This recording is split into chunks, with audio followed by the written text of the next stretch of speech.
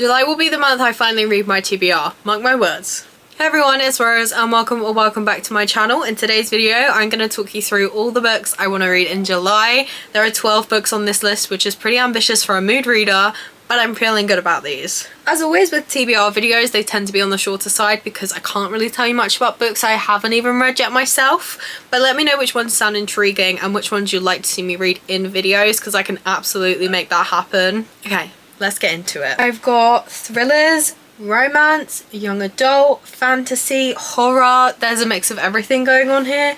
Let's start with young adult because there's only one. So the first book I have here on my TBR is Only the Good Spy Young by Ali Carter. This is the 4th book in the Gallagher Girls series and it's always a fun, quick time. This reads a bit too young for my liking, but other than that, it's always really good. They tend to be around a 3-star for me, and I really like the themes of female empowerment and female friendships in this book because it's set in a spy school for women. I say women, they're all teenagers, but you know what I mean. I'm trying to continue series I'm in the middle of, so this is a great one to add to the list. Next up, I have Keeping 13 by Chloe Walsh. I recently reread Binding 13 and I loved it even more the second time round, so of course I'm continuing and I'll be reading Keeping 13. I am actually just under 200 pages into my reread of this book. I am scared. I put it down because I knew how emotional I was going to get, but I am ready to pick it back up at some point in the month. Again, with continuing series, we have The Stolen Heir by Sophie Lark. This is the 2nd book in her Brutal Birthright series. I think I rated Brutal Prince 3 stars, so I'm hoping this is better. They seem like quick, fun mafia romances, and I'll probably be in the mood for one at some point this month, so I'll put it on the list. And then we have Happily Never After by Lynn Painter. I'm super excited for this one.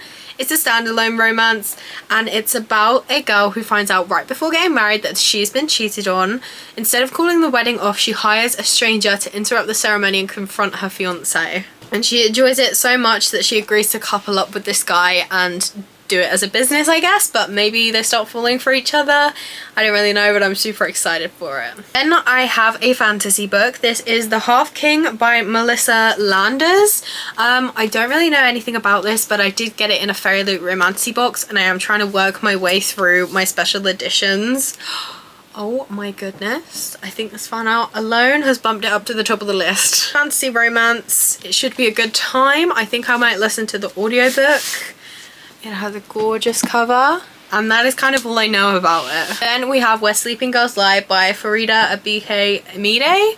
I read Ace of Spades I think a couple years now. It's one of my 5-star reads. It is so good and I'm so excited to read more of this author's writing. I think this is kind of mystery. There might be some sort of speculative fiction going on, but I'm not completely sure because it doesn't really give anything away on the back, which I love going into books like that. I'm super excited to see what happens in this. I've said excited so many times in this video, but it's how I'm feeling. Then I have put a Stephen King book in this month. I've missed him the past couple months. It's time to get back to the backlist, and we have Christine by Stephen King, of course. This is a pretty long one and it's one of his lower rated books, which is probably why I've been putting it off, but I think I'll audiobook it. And I always have a good time with Stephen King, even if I don't love it.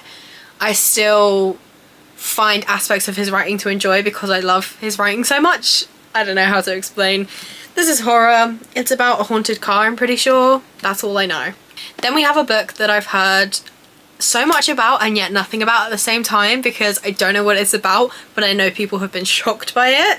That is Such Quiet Girls by Noelle W. Italy. I am scared, but I'm so excited. I think this book's gonna make me feel claustrophobic and tense, but I love a good thriller. Then we have the last book in the Grant County series by Karen Slaughter. This is Skin Privilege. I know nothing about what this mystery is going to be about.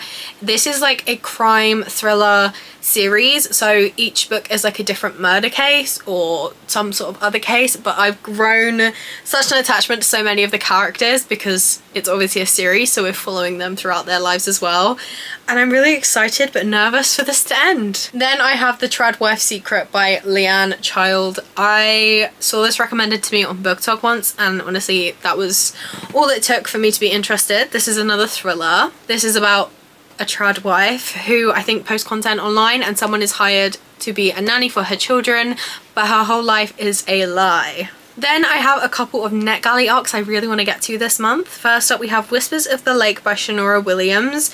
This seems like a pretty short book actually. I have the audiobook arc and it's about 7 hours long.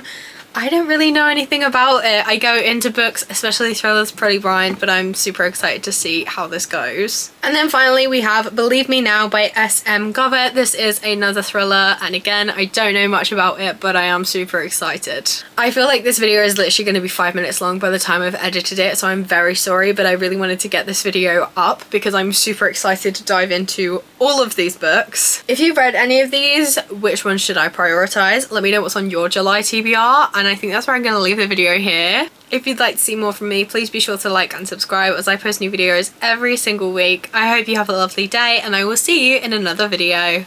Bye!